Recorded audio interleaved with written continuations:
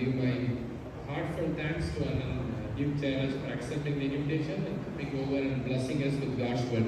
Shall we give a good round of applause?